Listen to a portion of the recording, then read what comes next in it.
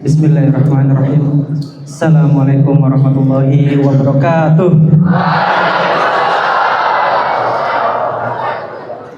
Kaifa halukum? Alhamdulillah. Alhamdulillah wassalatu wassalamu ala Rasulillah wa ala alihi washabbihi wa mawalah. Pada kesempatan yang berbahagia ini, alhamdulillah kita bisa berkumpul dengan keadaan sehat walafiat, yang dimana pada sore ini kita akan berdiskusi, menyimak apa itu kesehatan mental, bagaimana menjadi muslim yang tangguh, seperti tema hari ini, yaitu Strong Muslim, Build Your Inner Strength, yang artinya menjadi muslim tangguh agar tidak rapuh. Menjadi muslim tangguh agar tidak rapuh. Kalau Ana bilang menjadi muslim tangguh, maka antum bilang agar tidak rapuh. Bisa? Tuh, kita akan coba dulu callbacknya. Menjadi muslim tangguh.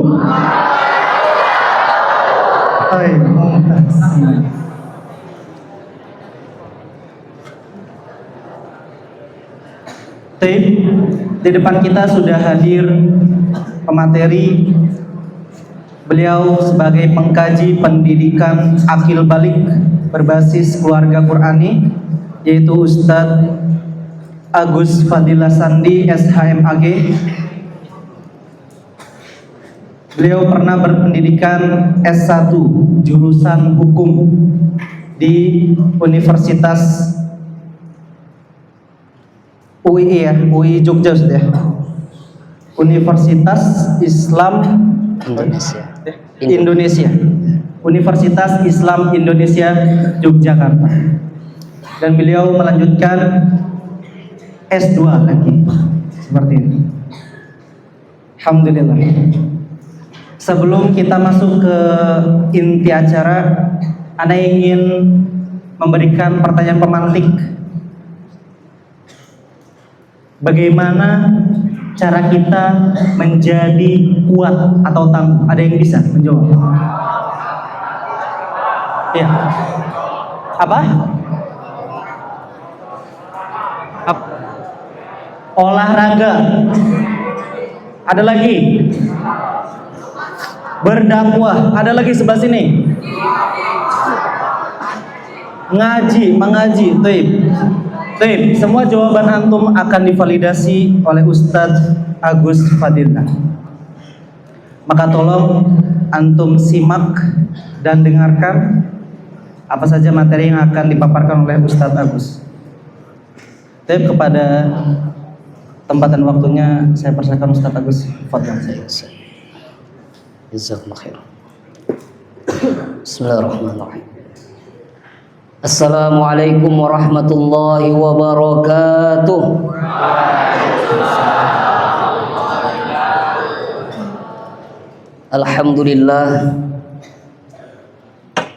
Alhamdulillahilladzi bi ni'matihi tatimmus shalihat wa bi 'afwihi tughfarudz dzunub was-sayyi'at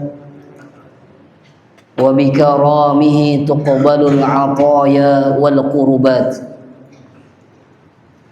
Wa asyhadu an la ilaha illallah wahdahu la syarika lah.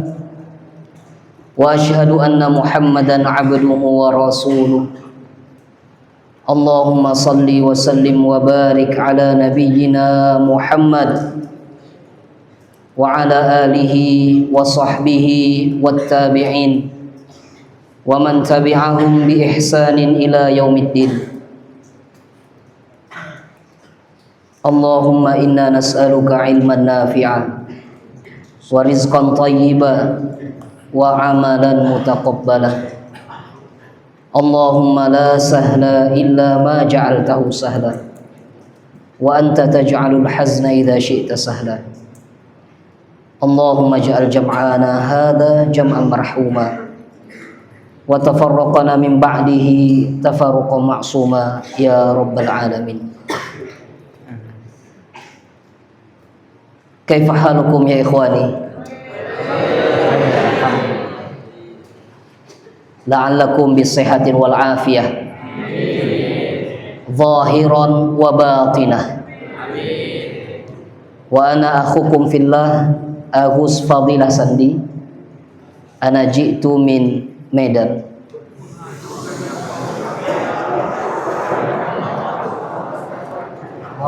Wa sakantul an fi Madinati Bogor fi Cibinong ya.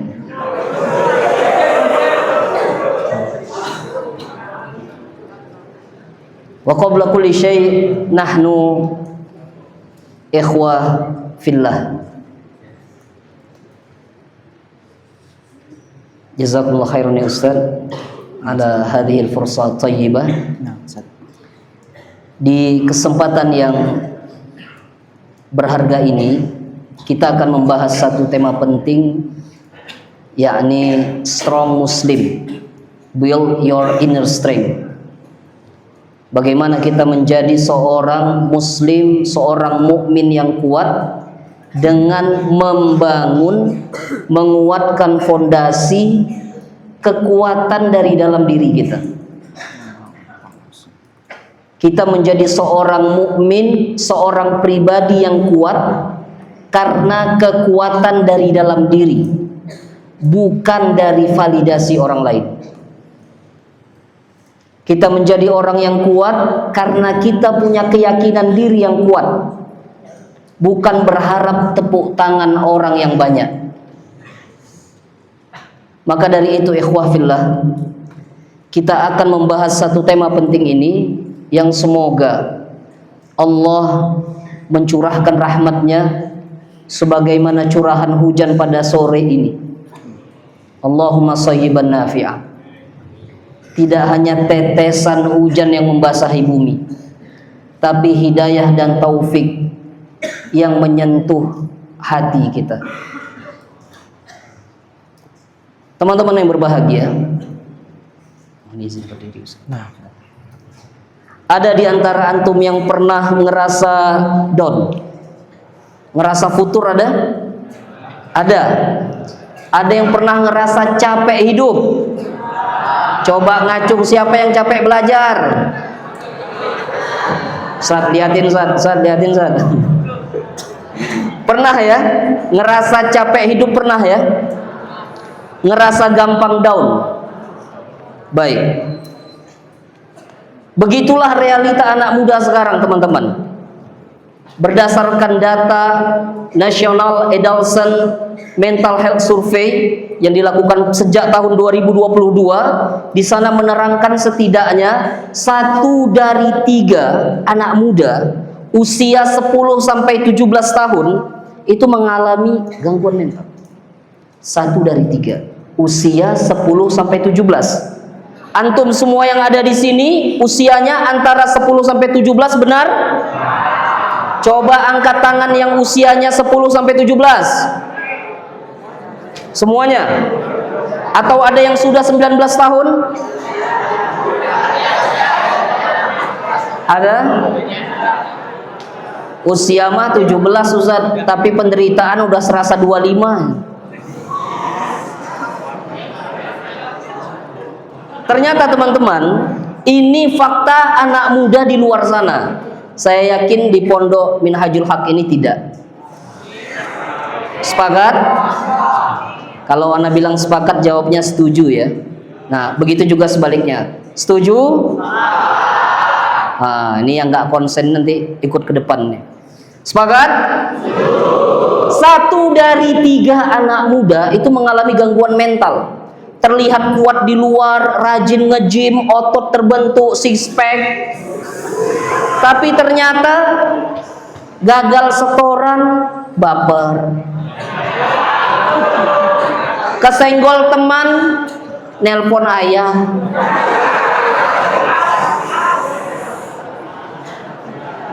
Ditegur wali kelas, putus harapan. Begitulah banyak anak muda di luar sana yang terlihat kuat di luar tapi rapuh di dalam. Kalau antum kira-kira kalau lagi futur, sedang lemah mentalnya, atau orang-orang sekitar antum, apa ya antum lihat ya? Kalau orang lagi futur banget, biasanya mereka ngapain? Ngerokok, tuh, stres, ngerokok. Terus apa lagi biasanya? Stres, main game. Stres, ya. Baik, teman-teman sekalian, oke, perhatikan. Itu masih hal ringan, masih hal ringan. Karena orang-orang yang jiwanya lemah, mudah putus asa, jiwanya lemah, dia mudah marah. Ada kan ya, model teman kita itu dikit-dikit marah gitu. Kesenggol nggak sengaja, senggol bacok, gampang marah ya. Kita sedang melihat dia, dikiranya kita nggak senang gitu, padahal kita mau ngasih hadiah gitu. Ceritanya mudah putus asa, ibadah berat banget, capek, ke pengasuhan itu ngarahin ke masjid, ngumpet-ngumpet gitu. Ada yang ngumpet-ngumpet? Nggak ada ya. Dan yang paling memilukan adalah dengan lemahnya jiwa, seseorang itu gampang bermaksiat. Na'udzubillah min dzalik. Kita sedih. Anak-anak di luar sana usia 10 sampai 17, maksiatnya itu mengenaskan. Kita bahkan ada siswa kelas 4, siswa kelas 4 SD gantung diri. Padahal masih berusia 11 tahun nih. Gantung diri. Kenapa gantung diri? Putus cinta. Bertepuk sebelah kaki. Bertepuk sebelah kaki. Ada loh ya, anak di luar sana itu begitu. Ada lagi apa? Ini anak Jaksel nih.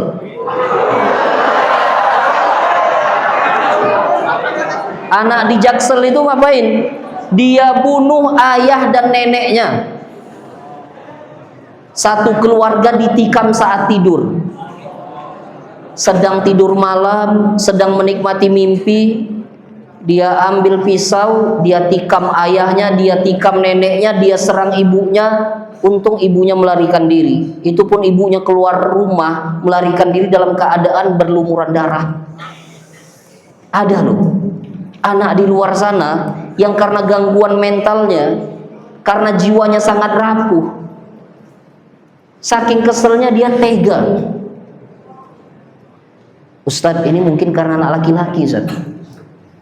Betapa tidak kita tertampar. Baru saja ini ada seorang bocah, anak SD perempuan, yang dia tega membunuh ibu kandungnya. Terobsesi dari permainan di game.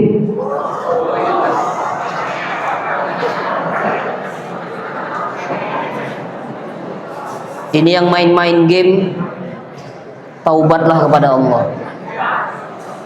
Betapa buruk dampak dari game itu. Apalagi game perang-perangan, game bunuh-bunuhan. Karena game itu mengantarkan kecanduan yang ketika di dunia maya nafsunya tak terpuaskan, dia praktekkan di dunia nyata.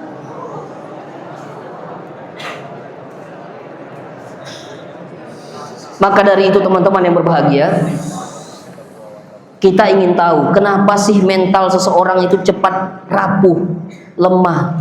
Ada dua sebabnya, ada dua kuncinya. Dicatat agar nanti antum bisa mudzakarah kembali.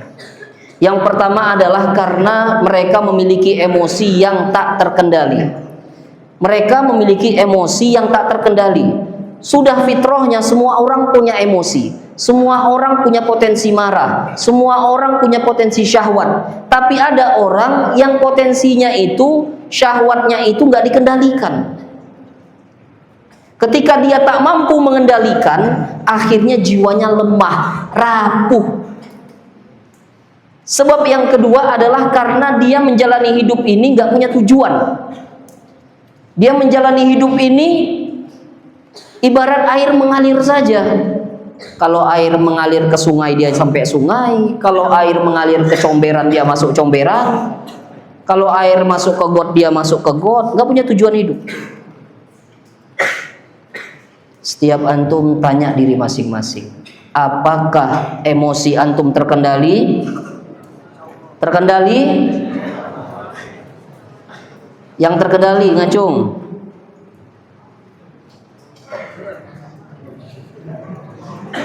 Yang ragu-ragu, yang nggak tahu, yang nggak tahu dirinya nggak tahu.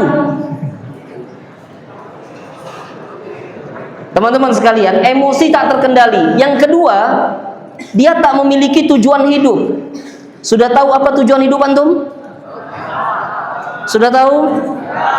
Masya Allah, barakallahu fikum. Masmukum ya akhi. Albi, Albi, apa sih tujuan hidup Albi? Masuk surga. Ada yang mau bareng sama Albi masuk surga? Masya Allah. Banyak yang nggak mau juga loh ini. Yang ngacung dikit gitu. Yang lain nggak mau bareng. Gimana Albi? Kita ajak bareng ya. Yeah. Banyak yang tak mengetahui tujuan hidupnya. Nah sekarang dalam kesempatan yang baik ini kita akan bahas sama-sama satu persatu bagaimana tentang emosi yang tak terkendali ini agar bisa terkendali. Yang kedua, bagaimana orang-orang yang gak punya tujuan hidup biar punya tujuan. Tujuan sebagaimana yang Allah tetapkan, bukan sekedar tujuan yang sekedar antum inginkan. Ikhwani barakallahu fikum. Yang pertama, kendali diri. Perlu kita ketahui bahwa mengendalikan diri ini adalah ciri ahli surga. Orang-orang yang mampu mengendalikan dirinya sejatinya dia sedang mengamalkan amalan yang bisa menghadirkan surga. Jadi kalau Albi dan orang-orang yang pingin bersama Albi pingin masuk surga, maka kita harus latih pengendalian diri. Jangan dikit-dikit ngambekan, dikit-dikit bawa perasaan. Hingga Allah Subhanahu wa taala firmankan dalam surah An-Nazi'at, wa amma man khafa maqama rabbih wa nahan nafsa 'anil hawa fa innal jannata hiyal ma'wa. Jadi orang-orang yang mereka takut pada kedudukan Rabb-nya, kemudian mereka ini ikhwah mampu mengendalikan hawa nafsunya, mampu mengendalikan hasratnya.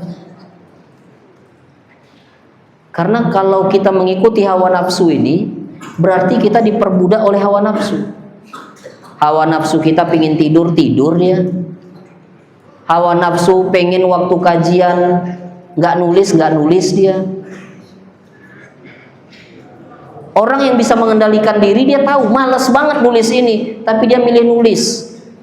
Dia tahu duduk yang paling enak itu selonjoran, dia selonjoran. Orang yang pandai mengendalikan diri, sekalipun dia tahu duduk selonjoran itu paling enak, tapi dia tahu adab bermajelis ilmu, dia simpul lagi itu. Masya Allah, mas-masnya ini ya, kembali disimpul kakinya. Masya Allah, barakallahu fikum, wahibbukum fillah. Masya Allah. Ada orang-orang yang malas nulis kalau kajian, tapi dia tahu bahwa ini adalah hawa nafsu yang gak bisa diperturutkan, akhirnya dia nulis. Masya Allah, pada nulis ini. Assalamualaikum ya akhi. Di mana antum tulis? Fis sutur wala fis sudur?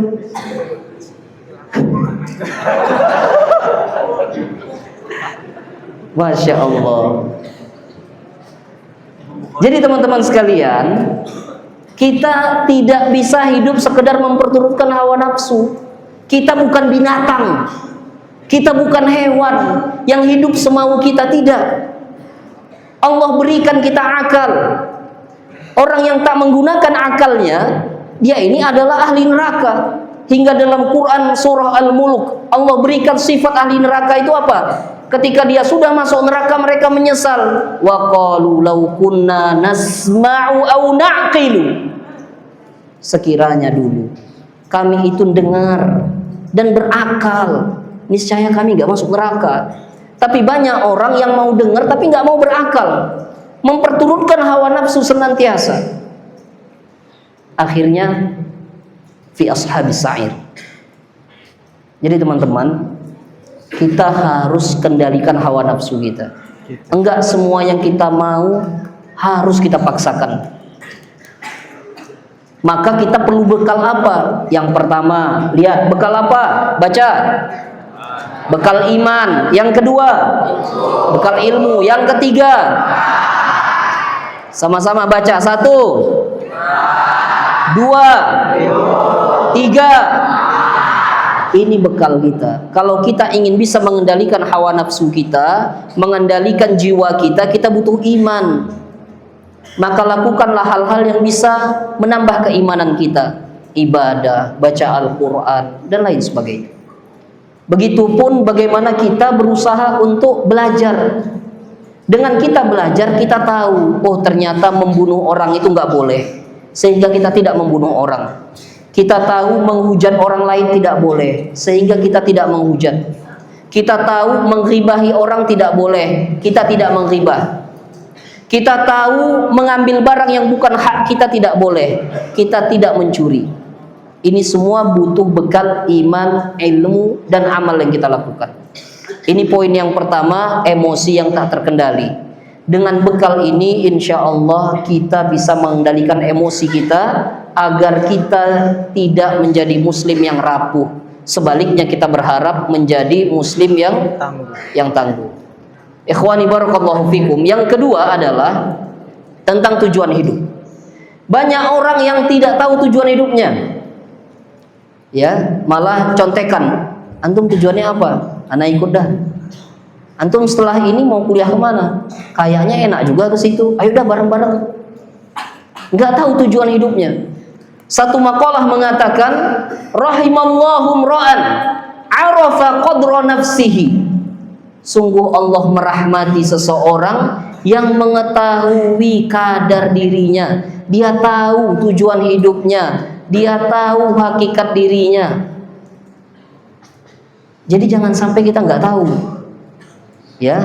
Dan pada kesempatan sore kali ini kita sama-sama belajar. Apa tujuan hidup kita? Sepakat? Waduh, masya Allah, kurang semangat ini. Setuju? Sepakat? Baik, kita belajar apa tujuan hidup kita yang seharusnya. Karena dengan kita mengetahui itu, kita bisa memaksimalkan perjalanan hidup kita. Ada 3 kata kunci yang berkaitan dengan tujuan hidup itu. Yang pertama, dibaca sama-sama, misi hidup. Kita harus tahu hidup kita ini punya misi apa. Kita harus tahu. Yang pertama, baik, suaranya yang di hadapan saya. Yang pertama, misi hidup. Baik, yang kedua yang di hadapan saya. Sekali lagi. Yang ketiga bagian sini. Sekali lagi. Baik, ini 3 kata kuncinya agar hidup kita punya tujuan yang jelas.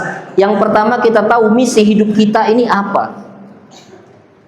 Apakah antum mengira antum ini diciptakan sia-sia? Itu bukan perkataan ana, itu adalah kalamullah yang Allah tanyakan kepada kita. Afa hasibtum annama khalaqnakum abatha. Kalian kira kalian ini diciptakan sia-sia? Enggak, ada misi. Tapi bukan misi sesuai kehendak kita, bukan. Misi dari yang menciptakan kita. Siapa yang menciptakan kita? Allah. Allah titipkan misi buat kita. Apa misi yang Allah titip? Sesaat lagi. Sabar ya, sesaat lagi.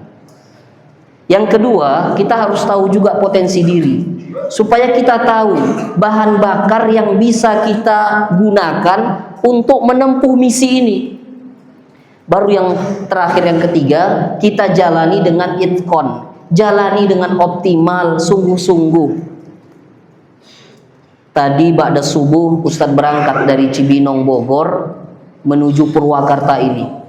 Misinya apa? Misinya ingin bertemu dengan para pejuang di Minhajul Haq, baik dari kalangan asatidzah maupun dari kalangan para thullabul ilm. Itu misinya. Apa potensinya? Potensinya berarti kendaraan apa yang digunakan. Akhirnya Ustadz bersama beberapa rekan dan keluarga kita pakai kendaraan roda 4. Kemudian dijalani dengan itqon.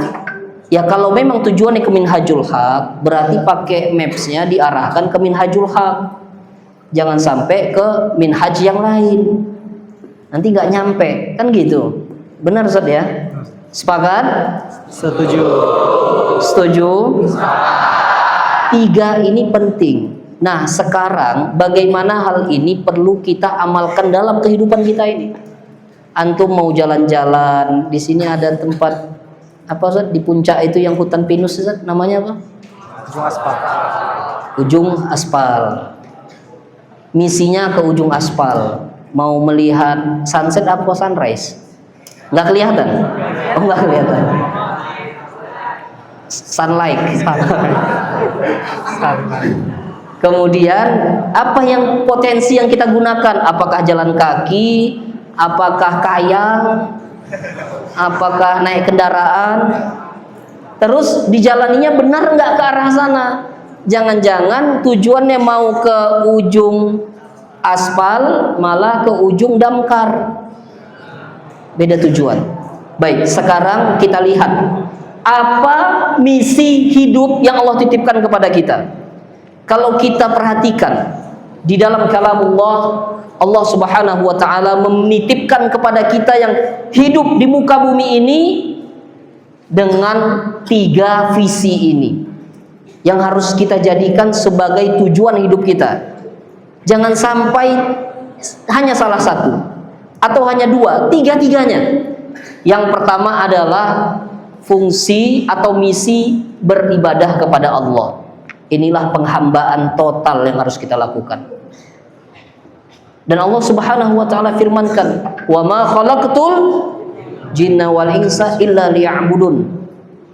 Dalam surah Al-An'am ayat 162 Allah firmankan, "Qul," katakanlah, "Qul inna salati wa nusuki wa mahyaya wa mamati lillah rabbil alamin."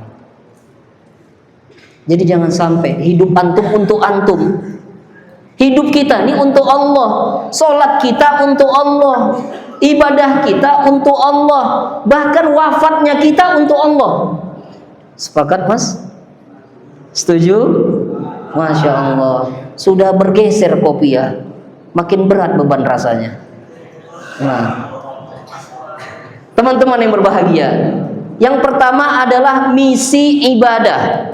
Ucapkan bersama, misi ibadah. Yang kedua adalah misi khalifah.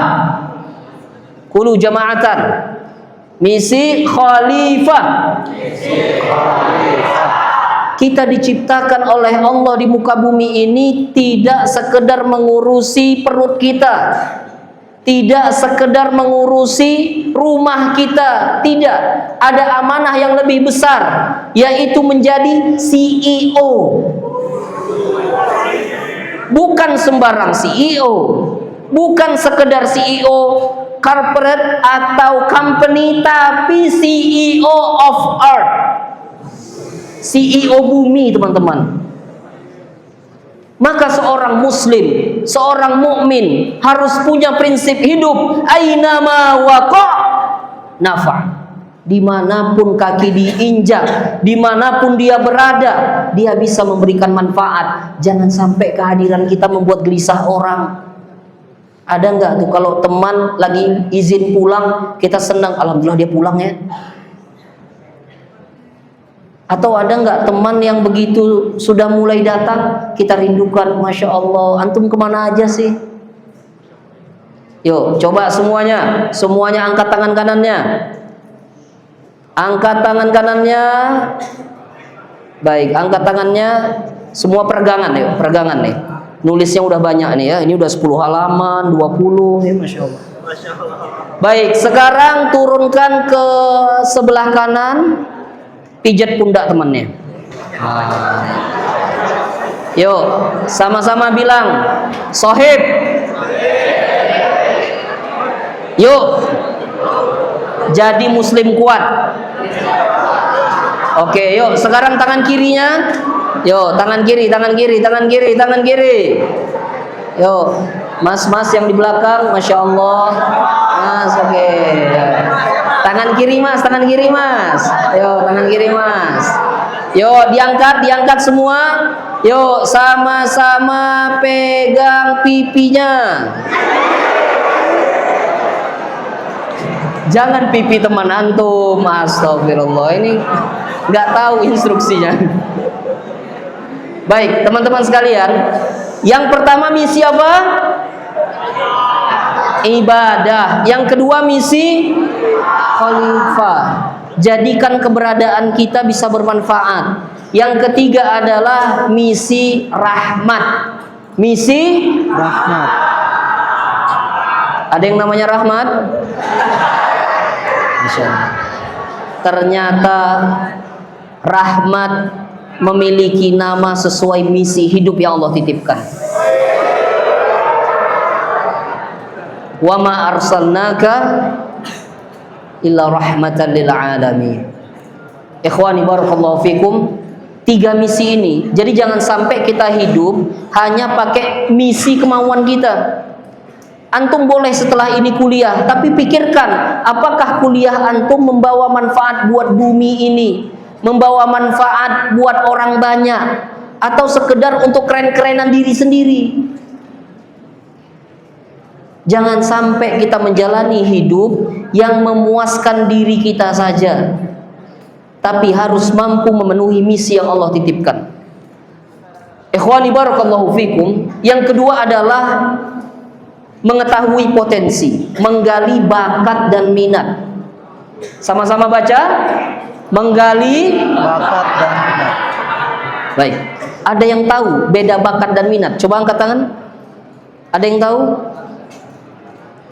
Mas-mas yang luar biasa, ada yang tahu bakat dan minat apa bedanya?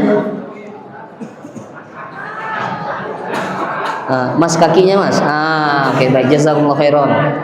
Baik, siapa yang tahu beda bakat dan minat? Ada yang, Masya Allah, barakallahu fikum. Ya, izin Ustaz. Syukurullah lakum.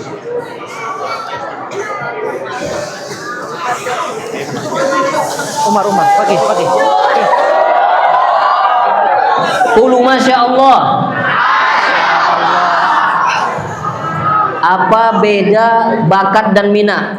Minat. Istami'u jayyidan. Tafadhal ya ikhwan. Kemampuan yang ada dalam diri kita. Masya Allah. Sedangkan minat adalah keinginan yang ada pada diri kita. Boleh diulangi sekali lagi? Bakat adalah Kemampuan yang ada pada diri kita. yang ada dalam diri kita, kemampuan yang ada dalam diri kita. Minat, Keinginan yang ada pada diri kita. keinginan yang ada dalam diri kita. Ahsantum barakallahu fikum.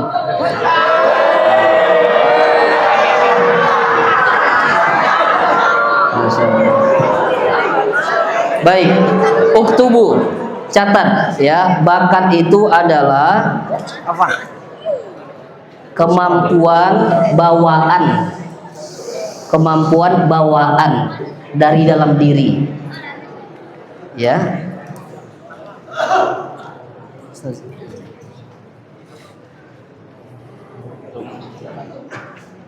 Makanya dalam bahasa Inggris bakat ini disebut talent, ya. Ada Indonesia Got Talent.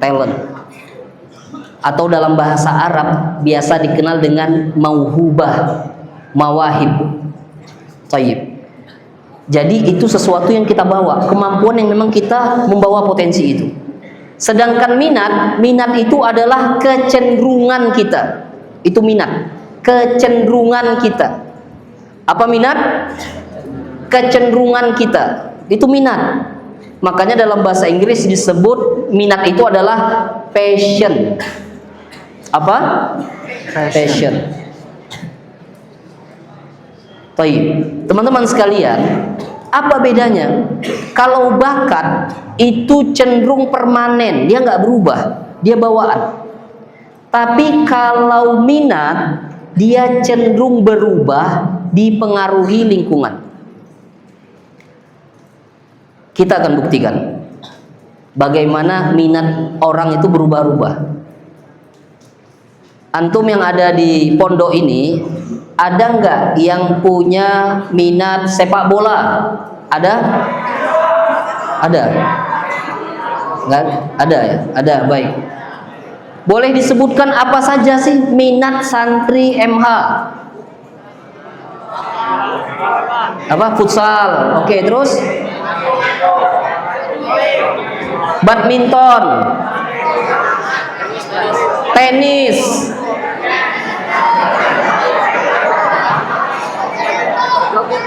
Jogging. Apa minat santri MH? Hah? Basket. Apalagi? Gym.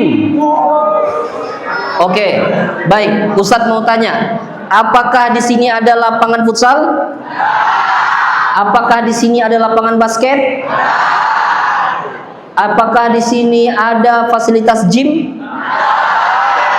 Ada. Oh, gym alami kali ya, gym alami gitu ya. Ada apa gitu ya. Oke, tapi ada yang bisa antum gunakan. Terus ada fasilitas tenis? Ada ya. Baik. Perhatikan teman-teman. Itu tanda minat, kecenderungan dipengaruhi oleh lingkungan. Kok nggak ada ya yang ngomong tadi minatnya apa? Ski. Atau nggak ada yang bilang minatnya golf. Mungkin 1-2 orang ya. Kenapa yang paling banyak kita ucapkan futsal? Karena sekarang kita hidup di satu tempat pendidikan yang ada fasilitas futsal. Minat itu berubah-ubah. Kalau setelah ini antum ternyata pergi kuliah. Terima kasih sudah dibantu tertibkan. Jazakumullah khairan. Kemudian antum pergi ke satu tempat yang ternyata di sana di lingkungannya ada pacuan kuda. Lambat laun antum punya minat berkuda. Itu namanya minat. Berubah-ubah. Dalam satu daurah pada tahun berapa nih ya? 1439 Hijriah. Sekarang kita sudah di 1447 Hijriah ya. Dahulu ana pernah ikut daurah murabbi namanya. Daurah murabbi ini diselenggarakan oleh Syarikatul Bunyan di daerah Rangkas Bitung. Di daurah itu digambarkan bagaimana menjadi seorang murabbi, seorang pendidik yang ideal. Dan salah satu kriterianya adalah mengetahui potensi diri dan potensi peserta didik. Karena dengan mengetahui potensi diri kita dan potensi peserta didik kita, kita lebih cenderung mudah memanusiakannya, lebih mudah memotivasinya, lebih tepat mengkomunikasikannya. Jadi potensi diri ini menjadi sesuatu hal yang penting. Ada yang sudah tahu potensinya? Sudah pada tahu potensinya? Mau tahu apa potensi antum? Mau? Ustadz kasih tips. Yuk dicatat biar ingat. Diamalkan 4 tips ini cara untuk mengetahui potensi diri. Yang pertama adalah berdoa kepada Allah. Kita tidak akan mungkin mengetahui hakikat diri kita tanpa pertolongan Allah. Jadi yang pertama adalah kita doa kepada Allah agar diberikan hidayah dan taufik, agar kita bisa melakukan amal terbaik sesuai potensi diri kita. Jadi yang pertama berdoa kepada Allah. supaya kita terbimbing kepada potensi kita. Yang kedua adalah mempelajari nasab keluarga. Nah, ini penting. Karena antum adalah anak keturunan dari ayah antum, dari kakek antum dan lain sebagainya, yang sedikit banyak akan membawa turunan gen. Jadi pelajari nasab keluarga. Maka kalau kumpul Idul Adha, Idul Fitri, itu kalau kumpul-kumpul itu jangan sampai hanya mabar. Kumpul itu tanya siapa paman kita, siapa bibi kita, siapa sepupu kita, pelajari nasab keluarga.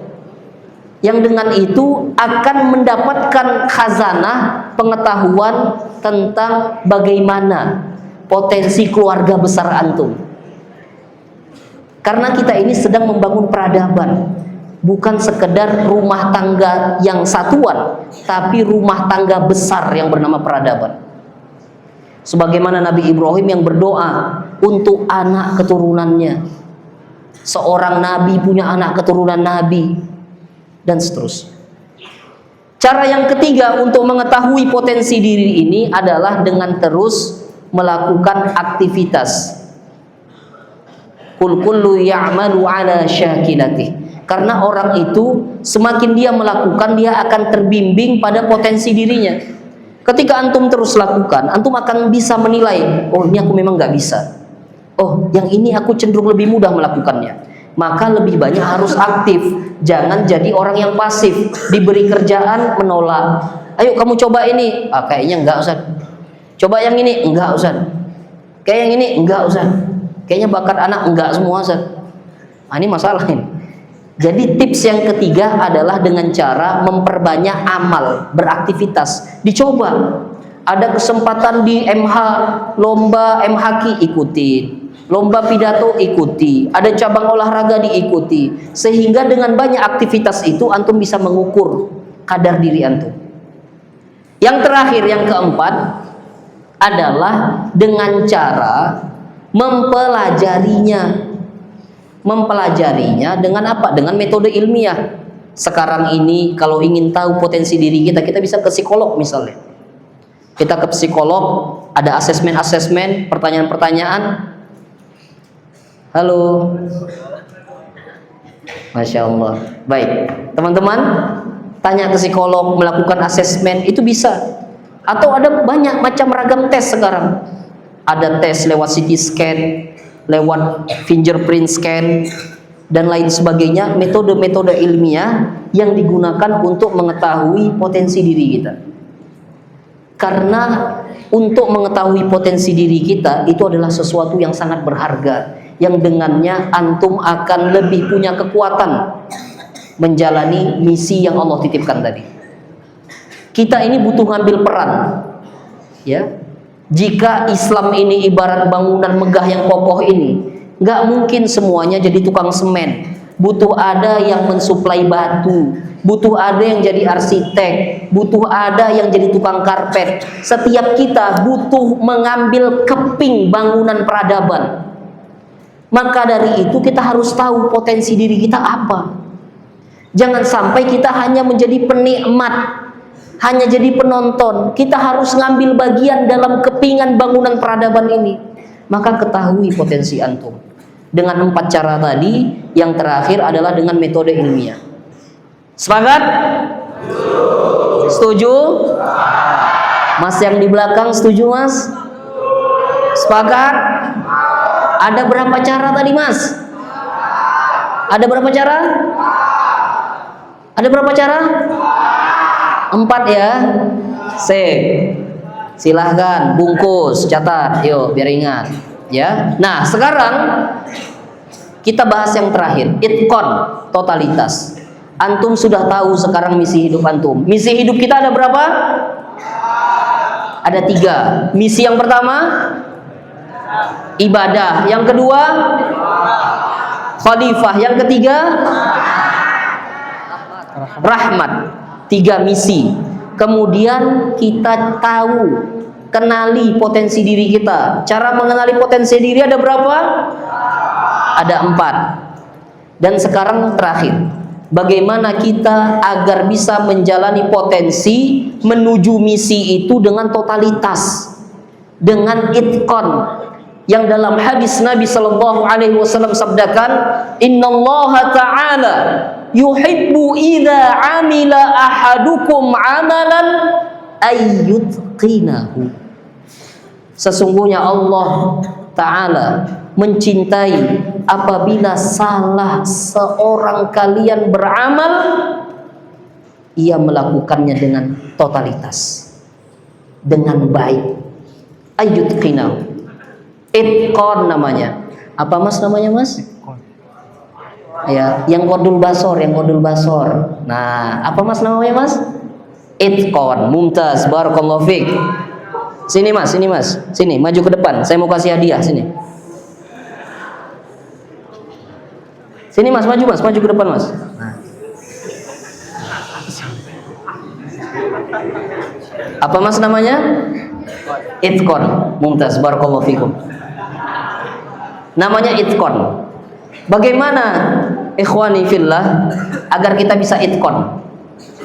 Yuk, sekarang kita konsentrasi sebentar ya. Ini bagian terakhir dari perjalanan kita sore ini. Diperhatikan supaya duduknya antum di sini bernilai i'tikaf, ibadah, thalabul ilmi. Thayyib. Yaitu dengan kita menjalaninya sebagai seorang mukmin yang kuat. Yang kuat itu kuat iman, jiwa, kendali diri, bukan sekedar otot saja. Dan supaya bisa kita totalitas, ada 4 hal yang perlu kita lakukan. Yang pertama adalah ihris ala ma yanfa'uk, fokus pada hal yang bermanfaat. Kalau kita ingin itqan, jangan sibukkan diri kita pada hal remeh-temeh yang tak bermanfaat. Ustadz, bagaimana ngukur sesuatu itu manfaat atau enggak? Ukur dengan satu pertanyaan, apakah hal ini jika aku lakukan bermanfaat tidak untuk akhirat? Manfaatnya. Kalau tidak bermanfaat untuk akhirat, say no. Tinggalkan, forget it. Kalau ternyata kita lakukan bermanfaat buat akhirat, say yes. Ana sih yes.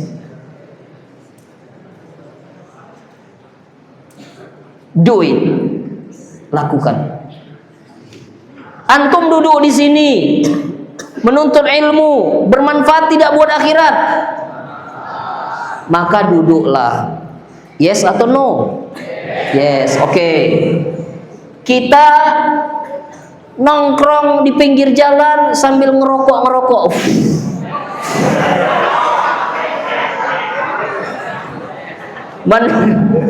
Manfaat buat akhirat? No. Kalau no, maka say no. Say no. Jangan say no dalam hati, ya sedikit lah. Jangan. Kalau kita sudah tahu buat akhirat no, maka dunia ini kita juga tinggalkan itu. No. Ihris ala ma yanfa'u. Sama-sama kita bacakan penggalan kata ini. Wahid, isnain, salasa. Ihris ala ma yanfa'uk. Berfokuslah, bersungguh-sungguhlah, berkonsentrasilah kepada apa yang bermanfaat buat antum, bukan sekedar buat antum di dunia, ikhwan. Bermanfaat untuk akhirat. Kalau antum temukan jawabannya ini tak bermanfaat buat akhirat, say no. Kalau ternyata antum dapati ini bermanfaat buat akhirat, say setuju? Sepakat? Baik, barakallahu fikum. Yang kedua, baca sama-sama. Wasta'in billah.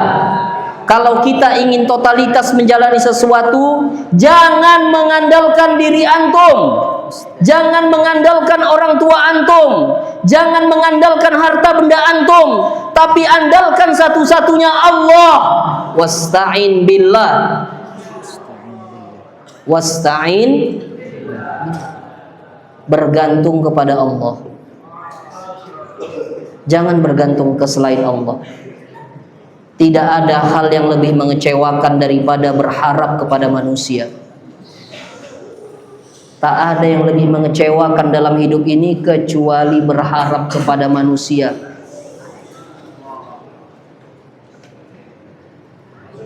Maka bergantung kepada Allah. Antum punya target apapun, minta tolong sama Allah. Antum ingin belajar, ingin hafalan Al-Quran, ingin apapun, antum ingin kuliah kemanapun, minta tolong sama Allah. Jangan sombong. Kaum muslimin ketika dalam perang Badar, itu jumlahnya ya ikhwan 1:3 dengan kaum kafir Quraisy. Tapi kenapa mereka tetap berani melangkah ke medan perang?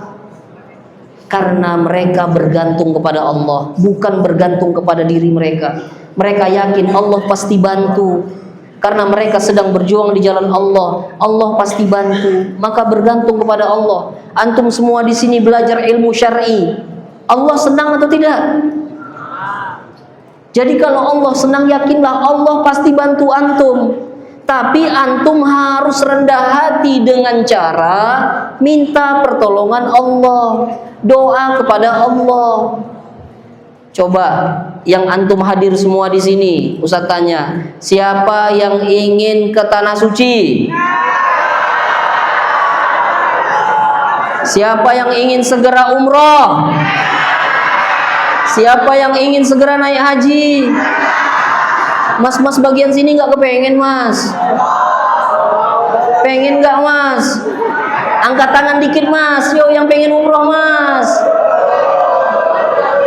Masya Allah. Baik, sekarang Ustadz balik tanya yang kedua. Siapa yang sholat asar tadi doa supaya bisa umroh?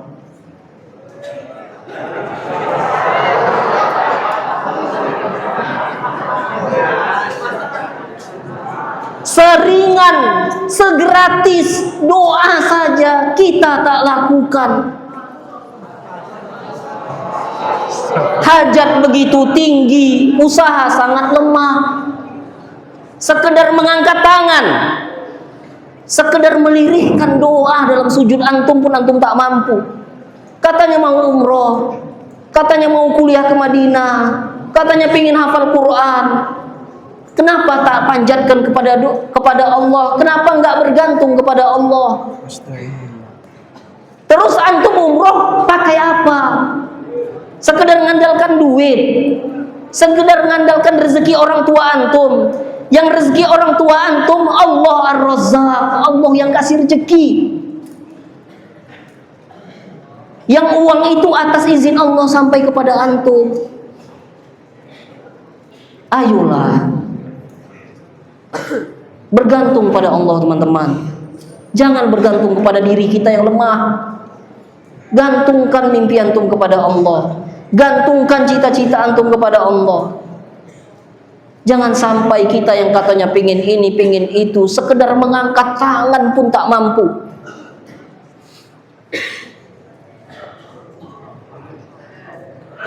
Maka saat kita punya hajat atau punya masalah, siapa yang pertama kali kita ingat?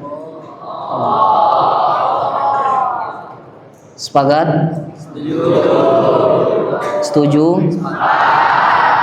Kunci yang ketiga agar kita bisa itqan dan totalitas adalah jangan nyerah, wala ta'jaz, jangan lemah. Sikap lemah ini, teman-teman yang di pojok hadir, coba yang di pojok baju merah, baju hijau angkat tangan. Masih hidup? Masih? Oke, sip. Yang pojok sana masih hidup? Oke. Jangan lemah, jangan menyerah. Sikap lemah ini adalah sikap tercela yang Allah benci, yang Rasul benci. Sampai Rasul wasiatkan kepada kita doa pagi dan petang. Sampai ini menjadi azkar sabah wal masa. Apa yang Rasul minta kita untuk doakan kepada Allah. Allahumma inni a'udzubika minal hammi wal hazan wa a'udzubika minal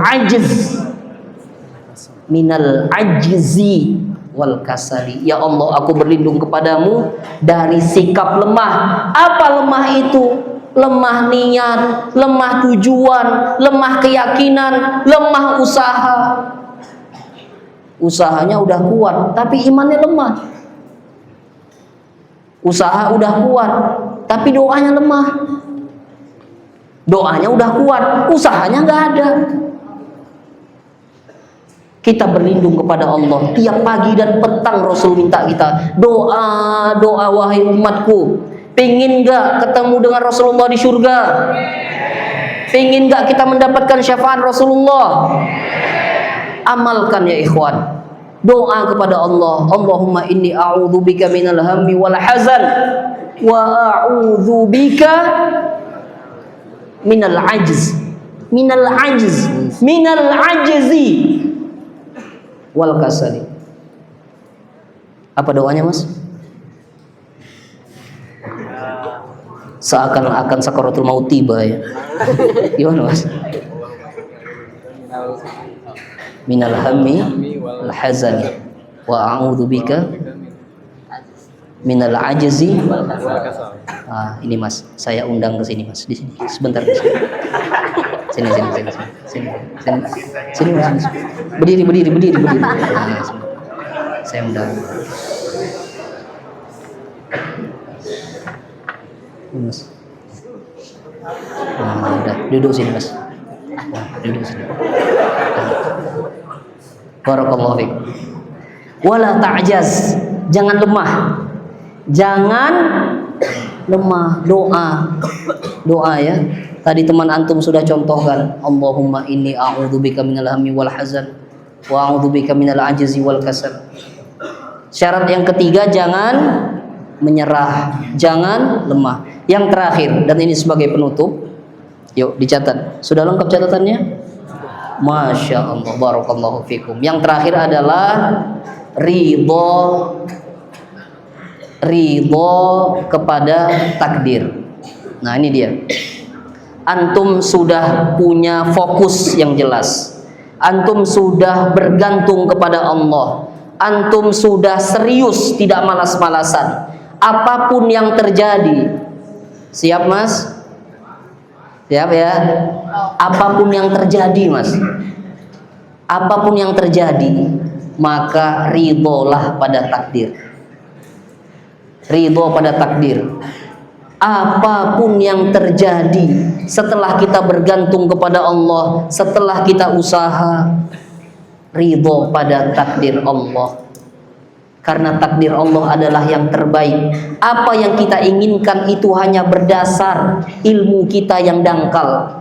Sedang apa yang Allah tetapkan berdasarkan kemahaluasan ilmunya Allah. Maka ridholah pada takdir. Fala taqul lau. Jangan berkata sekiranya, seandainya, coba kalau kayak gini, jangan. Tapi Nabi mengajarkan kita untuk qul qadarullahi wa ma syaa fa'al. Ini sudah ketentuan Allah. Apa yang Allah kehendaki pasti akan terjadi. Sudah. Hari ini ana duduk di hadapan ratusan mujahid di Minhajul Haq. Ini takdir Allah. Mungkin yang ana inginkan nggak sebanyak ini, ternyata Allah hadirkan sangat banyak. Mungkin yang antum inginkan sore ini bisa mandi hujan, tapi yang Allah takdirkan duduk di sini belajar. Ini yang terbaik. Mungkin yang kita inginkan sekarang main santai di rumah, tapi Allah takdirkan antum mondok di Minhajul Haq. Yakini ini yang terbaik. Siap? Setuju? Sepakat? Ini takdir dari Allah yang maha bijaksana. Barakallahu fikum. Demikian sebagai pengantar. Ini baru pengantar ya. Ini baru pengantar. Nanti materinya nanti malam. Ini baru pengantar. Kajian kita sampai jam 11 malam, Zat. Sampai jam berapa? Ana dengar-dengar katanya di sini pada semangat Ustaz katanya. Sampai subuh. Masya Allah. Barakallahu fikum. Baik, kita cukupkan dulu. Ana kembalikan kepada Al-Mukarram Al-Ustadz untuk memandu acara. Jazakumullahu khairan. Alhamdulillah, syukran Ustaz Agus Fadillah. Jazakallahu khairan. Semoga apa yang sudah disampaikan bisa diimplementasikan atau dipraktikkan langsung ya. Dan sebagai informasi, di malam hari kami buka juga sesi door prize. Persiapkan diri antum mulai dari pertanyaan-pertanyaan yang bagus, jawaban yang bagus, dan semangat yang baru tentunya. Baik. Setelah ini silakan antum untuk ke matam ya, untuk makan, istirahat sejenak. Nanti kita mulai lagi ba'da isya. Kurang lebihnya mohon maaf. Nastatim bidu'ai kafaratul majlis. Subhanallahumma wa bihamdika asyhadu an la ilaha illa anta astaghfiruka wa atubu ilaik. Assalamualaikum warahmatullahi wabarakatuh. Waalaikumsalam. Divisi Kesantrian dan Pengasuhan Minhajul Haq dengan hati, membina dengan teladan.